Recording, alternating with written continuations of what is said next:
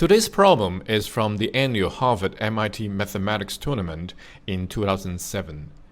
We're given that there are three positive real numbers x, y, and z, and they satisfy the following three equations which are symmetric in these three variables.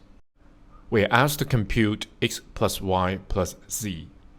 There are no explicit requirements to solve the x, y, z individually, so our first attempt is just adding all three equations and see what we can do from there. So on the left hand side we have a few terms involving x, y, and z, and on the right hand side we have the sum of three numbers. Expanding the products and collecting like terms, we can see that the left hand side equals to x squared plus y squared plus z squared plus 2yz plus 2xz plus 2xy minus 4x minus 4y minus 4z plus 6 equals to 258.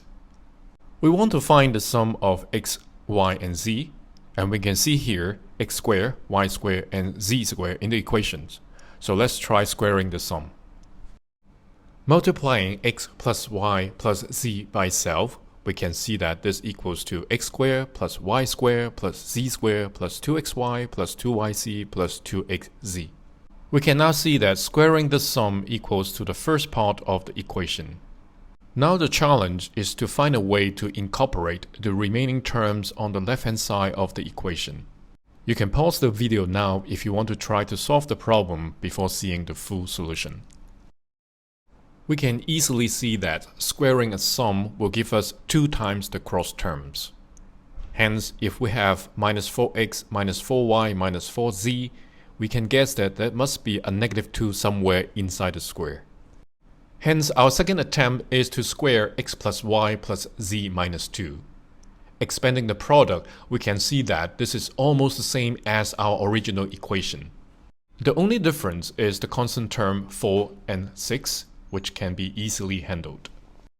Now we can use this new identity to help us to solve the problem. First, we will split the 6 into plus 4 and plus 2.